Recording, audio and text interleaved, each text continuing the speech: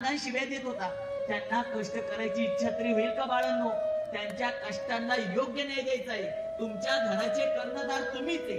तुमच्या घराची परिस्थिती तुम्हीच बदलू शकता, भावकी नाही बदलू शकत. तुमची आत्या, तुमची मावशी, तुमचा मामा कोणी तुमच्या घरच्यांना सपोर्ट करणार नाही. तुमच्या आई वडिलांच्या कष्टाची जाणीव ठेवा. कधीतरी बाबा घरात झोपले, हळूच उठायचं, त्यांच्या पायावरची रग बाजूला करायची आणि त्यांच्या कोमल अशा टाचांना हात लावा. मग तुम्हाला कळेल तुम्ही करताय काय. त्यांच्या टाचांना भेगा पडल्यात बाळांनो. कधी कधी हळूच उठायचं, आपल्या आईच्या तोंडावरची रग काढायची, तिच्या गालावरून हात फिरवायचे. तुम्हाला कळेल आईच्या चेहऱ्यावर वांग आले. आईने आपल्या सौंदर्याचं कुर्बानी दिली कुणासाठी? तुमचं भवितव्य घडवण्यासाठी. बाळांनो, आपल्या बाबांनी त्यांच्या सगळे हयात वायाला घालवली कोणासाठी?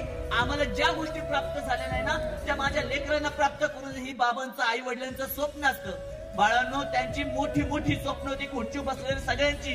कुठपर्यंत? जोपर्यंत तुमचा जन्म होत नव्हता ना, तोपर्यंत त्यांना वाटायचं आम्ही असला फ्लॅट विकत घ्यावा, असल्या ठिकाणी घरी राहायला जावं, अशा ठिकाणी फिरायला जावं, असला फ्रीज घ्यावा, असली गाडी घ्यावी. पण लेकरांनो, ज्या क्षणाला तुमचा जन्म झाला त्या क्षणापासून तुमच्या आई वडिलांचं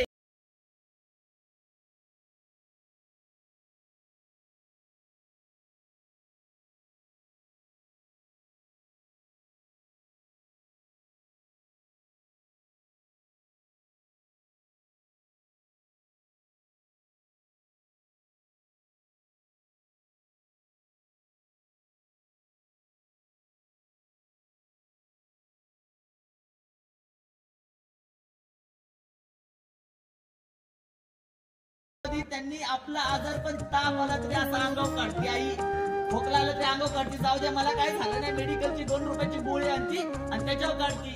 पण लिकीला ताप आला, लिकीला दमछाक झाली, नोबेल सारख्या हॉस्पिटलला पळवतात का? ही माझा आमचा जीव अडकलाय.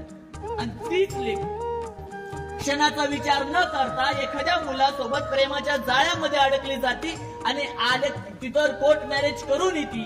आणि ज्या ठिकाणी राहते त्याच ठिकाणी पोलीस चौकीला जाती आणि पोलिसांमध्ये केस नोंदवती की या आई आणि बाबांकडून मला माझ्या होणाऱ्या नवऱ्याला जीवाला धोका आहे.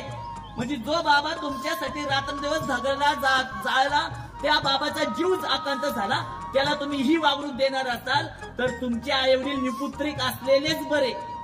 आपण करतोय काय? आपल्या आई वडिलांना आपणच सन्मान मिळू शकतो. तुम्हाला मी आजही सांगतो, तुमच्या शेजारचा भावकीतला किती पण मोठा मुलगा होऊ द्या, आई वडिलांना खरं वाटत नाही, पण तुम्ही थोडस यश मिळवा, त्यांच्या चेहऱ्यावरचा आनंद बघा. तो आनंद आपल्या आई वडिलांना बळून द्यायचा आहे. तो आनंद आपल्या आई वडिलांना मिळवून देण्यासाठी आपल्या जीवाचं रान करा, रात्र अभ्यास करा. काय पाहिजे तुम्हाला? फक्त अभ्यास तर करायचा आहे. मग ही परिस्थिती आपण बदलू शकतो. आणि कॉलर टाईट करून धमक पाहिजे, मी ही परिस्थिती बदलणार आणि माझ्या जीवनात ध्येय प्राप्त करून माझ्या आई वडिलांना या समाजामध्ये सन्मानाची वागणूक मिळवून देणार. हे आज आपण चंग बांधूया. आई, बाबा, आज मी तुम्हाला वचन देते, जीवनाच्या शेवटच्या श्वासापर्यंत तुम्हाला कधीच दूर करणार नाही. आजपर्यंत तुमचं मन खूपदा दुखवलं असेल,